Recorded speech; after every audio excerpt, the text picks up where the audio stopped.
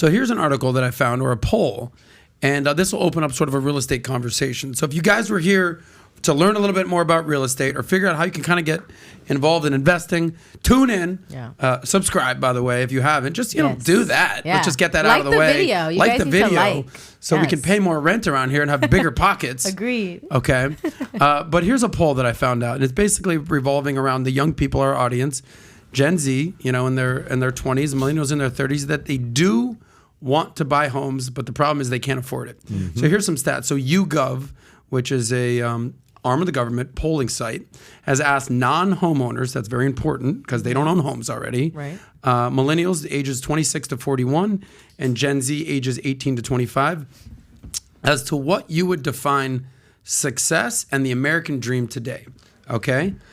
And the stats were this: 74%, the number one on the list, said being a homeowner, all right? 66% said the ability to retire, 60% said a successful career, 40% says having children and family, and 35% said college degree. So college degrees at the bottom here. Good. So here are some of the reasons that millennials and Gen Z have not bought houses, and then we're going to turn over to David for advice, okay?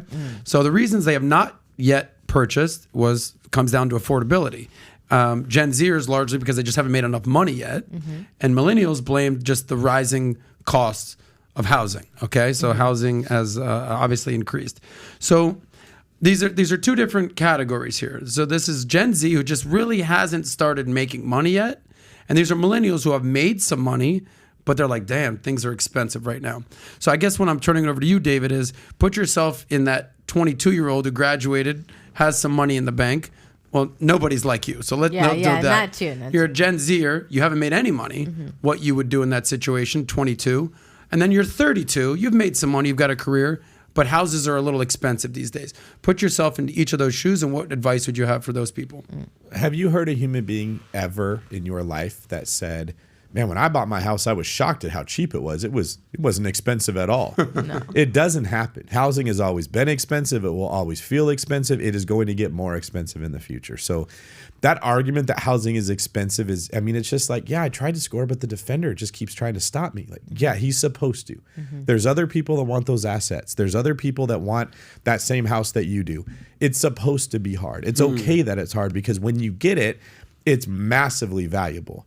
To the 22-year-old, I look at, they will often say, I don't have enough money. It's hard to save money. I can't get there. Right. That should be the carrot that pulls you out of your comfort zone. You want to be a homeowner. That was my carrot. I'm going to work hard. I'm going to save all my money because someday I want to buy a house. I just want to have a house. I didn't think I'd have a lot of houses. I just wanted a house. So I worked harder when other people didn't. I had a motivation they didn't have. When you tell someone, hey, you should work instead of get drunk and go out, I know I should. Right? It's the difference between, like, if I know I'm going to a jiu-jitsu class and I want to eat a hamburger, like, if I'm going to go like fight today, I don't want to have that hamburger in me. Versus if I'm not going to go, I should not eat that hamburger. But trying to live by that should is not enough. Like, there's got to be an internal motivation. That's what competitiveness is it brings the most out of you. That's what sports do to people that play them. And then you work well in a capitalistic world, which we're in. So the 22-year-old, I'd say, you got to let that be the carrot. You got to let yourself want something, have a goal. To the 32-year-old, are we saying in this case that they're still saying housing's too expensive? Yeah, maybe they have like a couple thousand, but it's too expensive for them. So you got to, how expensive is it going to be in 10 years? With the way we're printing money right now, renting is almost always cheaper than buying if you're not collecting any income from the property. That's one thing people don't look at real estate. The numbers completely change when it's generating income for you. If it's not generating income, even then renting will be cheaper, but after how many years will that change? Because your mortgage is locked in place. And most of the time, if you run the numbers with how fast rents are going up, buying versus renting in Miami, I'll bet you somewhere between 4 to 6 years, it's going to be cheaper to own.